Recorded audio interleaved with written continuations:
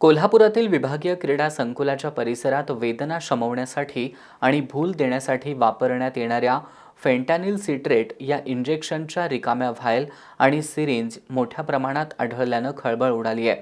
मॉर्फिनपेक्षा 100 पटीनं परिणामकारक असलेल्या या इंजेक्शनचा डॉक्टरांच्या सल्ल्याशिवाय वापरच करता येत नाही।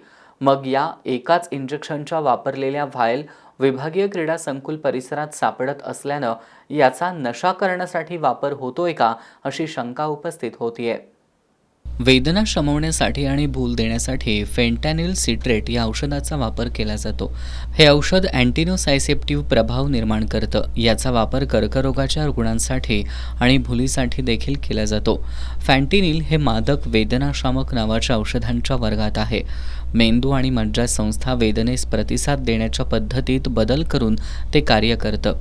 खरं तर हे औषध डॉक्टरांच्या सल्ल्यानं घेणं बंधनकारक आहे। मात्र कोल्हापुरातील श्री छत्रपती संभाजीराजे विभागीय क्रीडा संकुलाच्या परिसरात वापर केलेल्या औषधांचे बॉक्स, सिरिंज आणि ट्यूब्स मोठ्या प्रमाणात अस्ताव्यस्तपणे फेकलेले आढळून आलेत।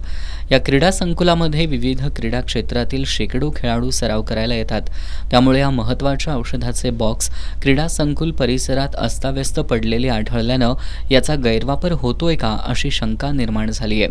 डॉक्टरांच्या सल्ल्याशिवाय ही औषधं विकण्यास बंदी असताना अशा प्रकारे अस्ताव्यस्त पडलेल्या बॉक्समुळं याचा वापर नशेसाठी होतोय की काय अशी चर्चा परिसरातील नागरिकांमध्ये होतीये।